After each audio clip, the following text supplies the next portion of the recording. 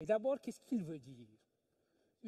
Autrement dit, il s'agissait toujours de réaliser ce qui s'était passé, de comprendre ce qui s'était passé, mais avec la volonté de faire Ubuntu, de faire humanité ensemble pour dépasser le cycle mortel de la violence et de la vengeance. Non pas la vérité pour la punition, non pas la vérité pour le châtiment, mais la vérité pour sortir de la situation en quelque sorte par le haut, dans la visée de la création d'une nation arc-en-ciel, comme l'Afrique du Sud s'est appelée. Pour fonder la commission Réconciliation et Vérité qui avait été créée, pour connaître des atrocités de l'apartheid, connaître la vérité, mais connaître la vérité en vue de la réconciliation.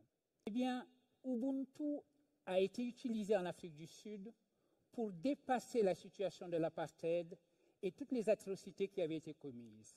Si vous vous en souvenez, si vous vous reportez dans les années 90, au début des années 90, le mot a été employé pour fonder la commission Réconciliation et Vérité qui avait été créée pour connaître des atrocités de l'apartheid, connaître la vérité, mais connaître la vérité en vue de la réconciliation. Non pas la vérité pour la punition, non pas la vérité pour le châtiment, mais la vérité pour sortir de la situation en quelque sorte par le haut, dans la visée de la création d'une nation arc-en-ciel, comme l'Afrique du Sud s'est appelée.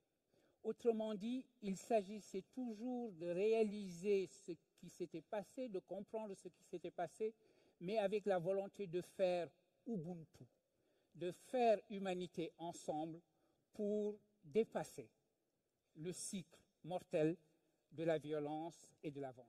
Charlottesville, les Rohingyas sont des cas extrêmes, mais l'ethnonationalisme, malheureusement, est diffus et répandu, qui se fonde sur la notion que ne peut être réel que la tribu, ceux qui me ressemblent, ceux qui sont immédiatement les miens, alors que l'humanité en général, ma foi, c'est une abstraction pour philosophes. Ubuntu, c'est justement l'affirmation contre ce faux premier de la tribu que l'humanité, en vérité, est première et qu'elle doit fonder une politique de l'hospitalité à une époque comme la nôtre où nous vivons la crise migratoire la plus importante, tout le monde le dit, depuis la Seconde Guerre mondiale. Évidemment, il faut reconnaître, avec le philosophe Bergson, que le sens de la tribu est primaire, primitif, parce que c'est notre instinct. Nous n'avons pas d'instinct de l'humanité. Nous avons l'instinct de ce qui nous entoure. Un grand philosophe français disait préférer ses filles à ses nièces à ses cousines, etc.